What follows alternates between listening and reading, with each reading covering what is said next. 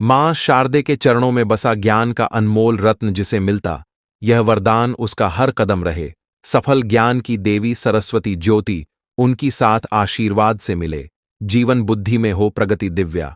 ज्योति channel के माध्यम से आज का वीडियो आप लोगों को देखना बहुत ही जरूरी है, क्योंकि इस वीडियो को देखने के बाद अगर आपने इस विधि से वसंत पंचमी के दिन पूजा कर ली और यह एक चीज खा ली, तो समझो आपकी किस्मत चमक जाएगी।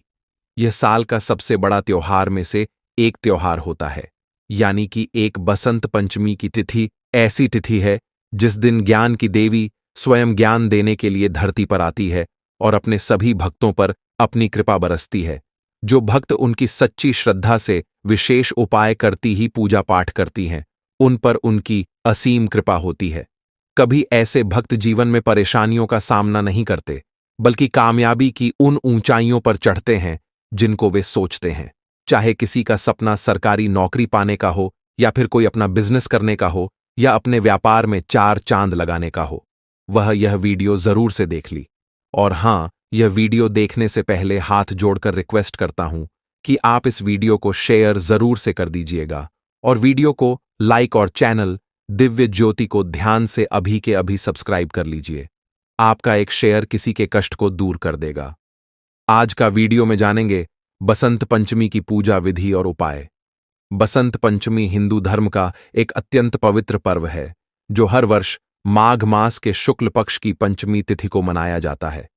यह दिन वसंत ऋतु के आगमन का प्रतीक है, जब प्रकृति में हरियाली, रंग बिरंगे फूल और मधुर वातावरण का संचार होता है। विशेष रूप से इस दिन देवी सरस्वती की पूजा का महत्व है, जो ज्ञान, संगीत, कला और विद्या की देवी मानी जाती है। यह दिन न केवल प्रकृति के नवजीवन का स्वागत करता है, बल्कि हमारे जीवन में भी नए विचारों और ऊर्जा का संचार करता है। विद्यार्थियों और कलाकारों के लिए यह पर्व विशेष महत्व रखता है, क्योंकि इस दिन वे अपनी किताबों, कलम और अन्य कला साधनों की पूजा करते हैं, ताकि उनके प्रयासों में सफलता और भरपूर आशीर्वाद उन्हें मिल सके। वसंत पंचमी की पूजा से जीवन में समृद्ध, सफलता और मानसिक शांति का वास होता है। और आप सभी को वसंत पंचमी की ढेर सारी शुभकामनाएं।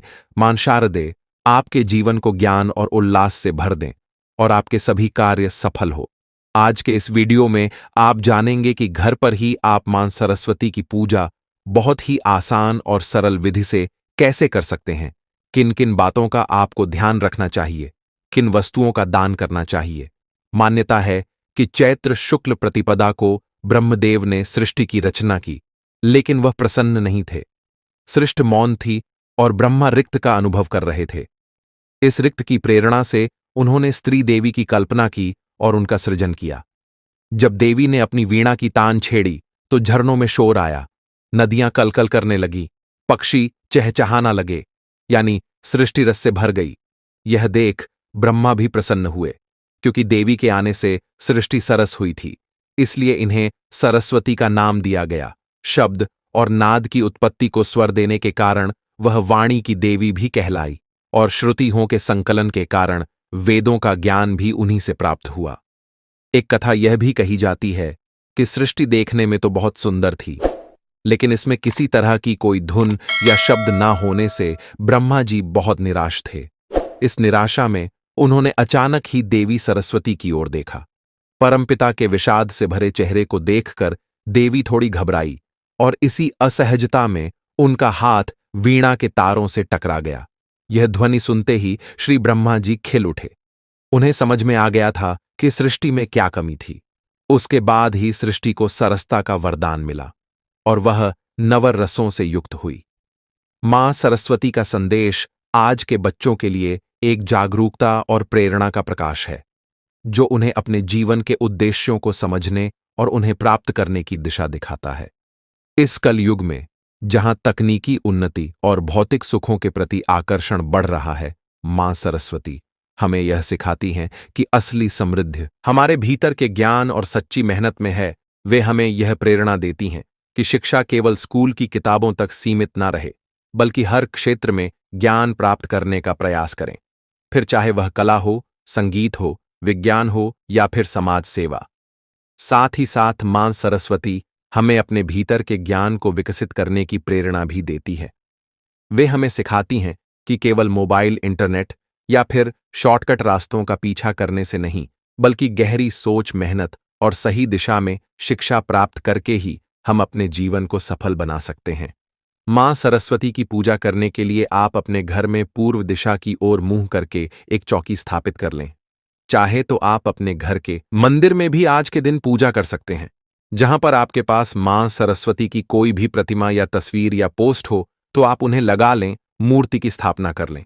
इसके बाद गंगाजल छिड़क कर आप मंदिर में पूजन सामग्रियों को, तस्वीर को, प्रतिमाओं को शुद्ध कर लें। ध्यान रखिएगा कि आज के दिन पीली और सफेद रंग की वस्तुओं का ज्यादा से ज्यादा प्रयोग किया जाता है। खास तौर पर पीली वस्तुओं का ज्यादा से ज्यादा प्रयोग किया जाता है। फिर चाहे वो चौकी पर बिछाने वाला वस्त्र हो, आसन हो, स्वयं पहनने वाले वस्त्र हो या मां सरस्वती का श्रृंगार करने के लिए पुष्प, आभूषण या फिर वस्त्र हो। इनके अलावा भोग में पीले रंग की फल, मिठाई आदि का प्रयोग भी ज्यादा से ज्यादा करना चाहिए। दान में भी पीली वस्तुओं का दान करने से मां शारदे की कृपा, सहजता ही प्राप्त होती है। मूर्ति या तस्वीर की स्थापना करने के बाद अब आप एक दीपक जलाकर रखें।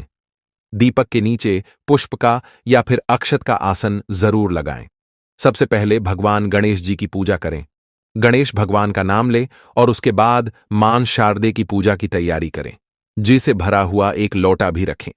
चाहे तो आप इसमें आम या अशोक के पल्लव लगा सकते हैं और ऊपर दीप रखकर दीप जला सकते हैं, जिसे दीप कलश कहते हैं। या फिर केवल एक लोटे में जल भरकर जिसमें एक चुटकी हल्दी जरूर डालें, लौंग का जोड़ा और मिठाई या बताशी डालें।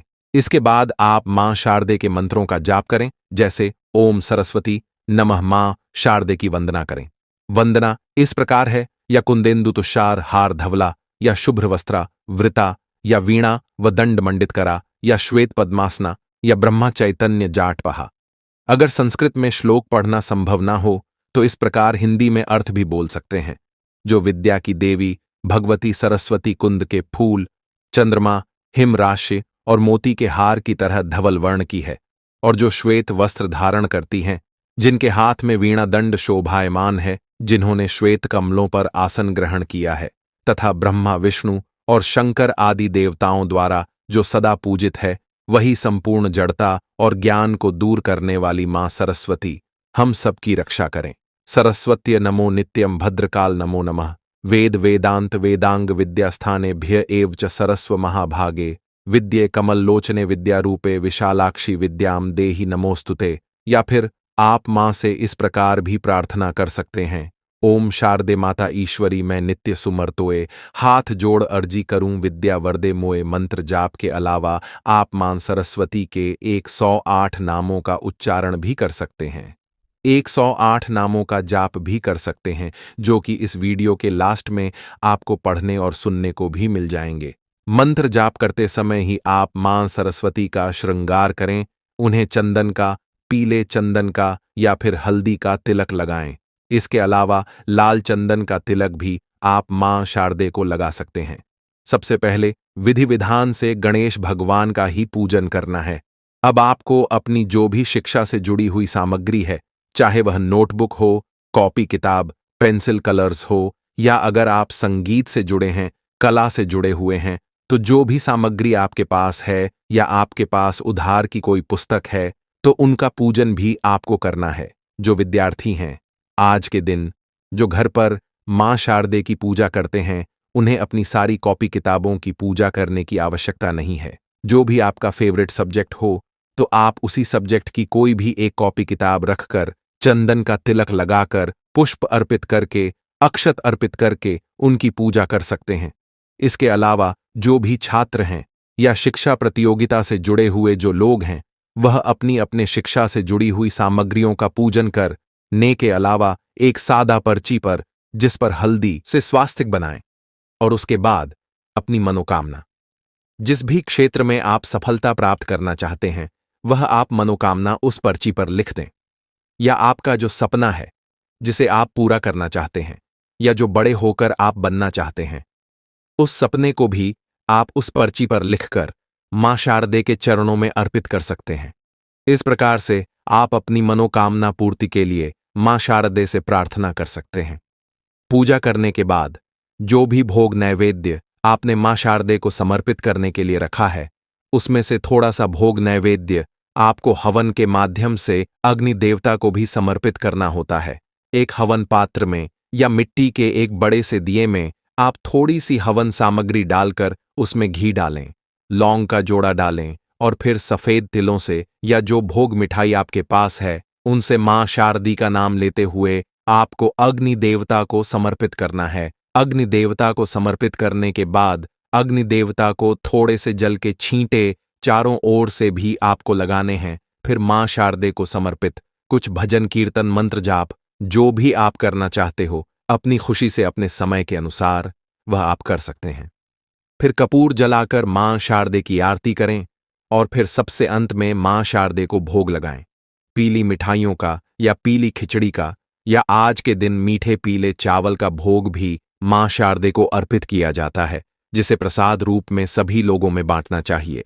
वसंत पंचमी का दिन किसी भी नए काम की शुरुआत कर के लिए विवाह मुंडन रोका या फिर शिक्षा से जुड़ी हुई जो भी चीजें हैं, जो भी काम है, उस नए रोजगार की शुरुआत करनी हो, कुछ भी आपको कोई भी शुभ काम अपने जीवन में करना हो तो उसकी शुरुआत के लिए यह दिन बहुत ही शुभ माना जाता है।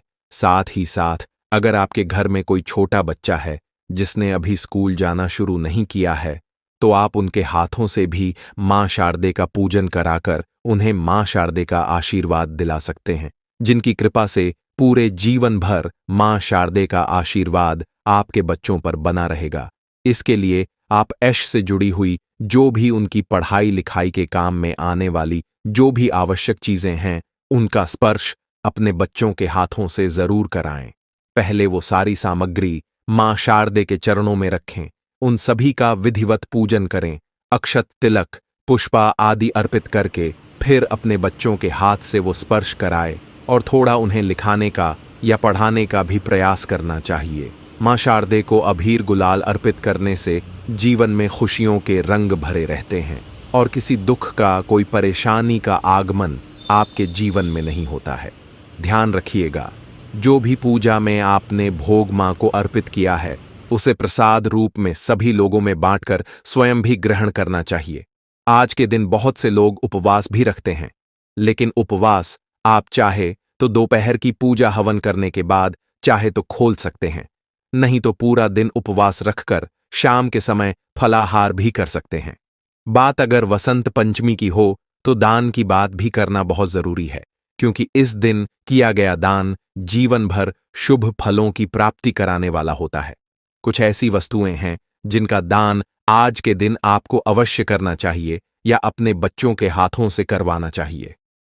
पुस्तक का दान ज्ञान की देवी मां सरस्वती का पूजा में मुख्य रूप से शिक्षा और विद्या का महत्व होता है, तो इस दिन आप गरीब बच्चों को किताबें, नोटबुक्स या शिक्षा से जुड़ी हुई सामग्री दान कर सकते हैं। इससे आपकी शिक्षा के प्रति श्रद्धा और दूसरों के कल्याण की भावना दोनों व्यक्त होती है। दूसरा है वस्त्रदान। श्वेत रंग के यानी सफेद रंग के वस्त्रों का या पीले रंग के वस्त्रों का, जो कि मां सरस्वती को प्रिय हैं, उनका दान आप गरीब और जरूरतमंद व्यक्तियों को कर सकते हैं। इससे पुण्य मिलेगा और आप आज के दिन किसी को शुद्ध और स्वच्छ कपड़े ही दान में करें। पुराने फटे हुए कपड़े फूल से भी दान में ना दें।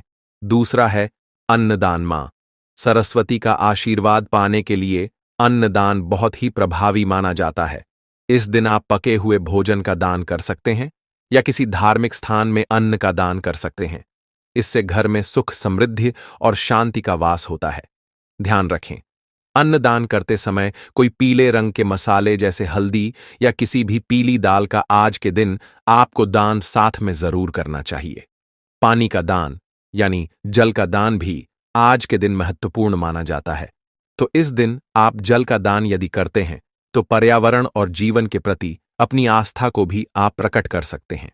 संगीत और कला से संबंधित दान। यदि आपके पास कोई भी कला संबंधित सामान जैसे संगीत वाद्य यंत्र है, कुछ भी ऐसा है जो अब आप अपने काम में ना लाकर दूसरों के उपयोग में देना चाहते हैं, तो आप इन्हें किसी भी कलाकार या संगीत विद्यालय को दान में दे सकते हैं। मां सरस्वती के आशीर्वाद से कला और संगीत में रुचि रखने वाले बच्चों को प्रोत्साहन मिलता है। धन या फिर धनराशि। आप किसी योग्य खास तौर पर आर्थिक रूप से कमजोर लोगों को या समाज के विकास के लिए दान कर सकते हैं। यह दान भी आपके जीवन में समृद्धि और सफलता लाने में सहायक होता है। दान के द्वारा आप न केवल पुण्य अर्जित करते हैं, बल्कि समाज में अच्छाई और भाईचारे का संदेश भी देते हैं और मां सरस्वती का आशीर्वाद प्राप्त करने के लिए दान करने का एक अद्भुत और सुंदर तरीका है। आज के दिन अपने गुरुजनों का सम्मान करना ना भूलें। जिन बच्चों के या जिन लोगों के सिर पर उनके गुरुजनों का हाथ होता है, आशीर्वाद होता है, उनके जीवन में कभी बाधाएं नहीं आती।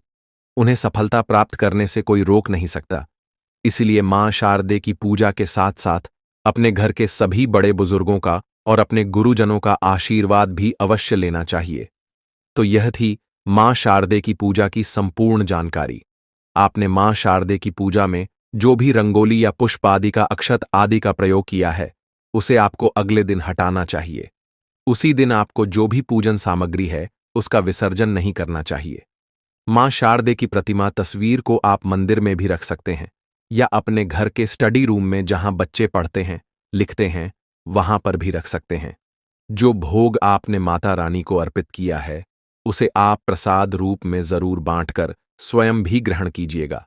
जो विसर्जन वाली सामग्री है, जैसे जल का विसर्जन, आप चाहे तो दिन के समय ही सूर्य देवता को कर सकते हैं या किसी भी पेड़ पौधे में डाल सकते हैं। और यदि आपने अक्षत का गुलाल का प्रयोग किया है, तो उसे भी आप किसी पौधे में डाल सकते हैं। अक्षत को आप चिड़ियों के लिए डाल सकते हैं। अब आप स्क्रीन में पढ़कर मां सरस्वती के 108 नामों का उच्चारण कर सकते हैं।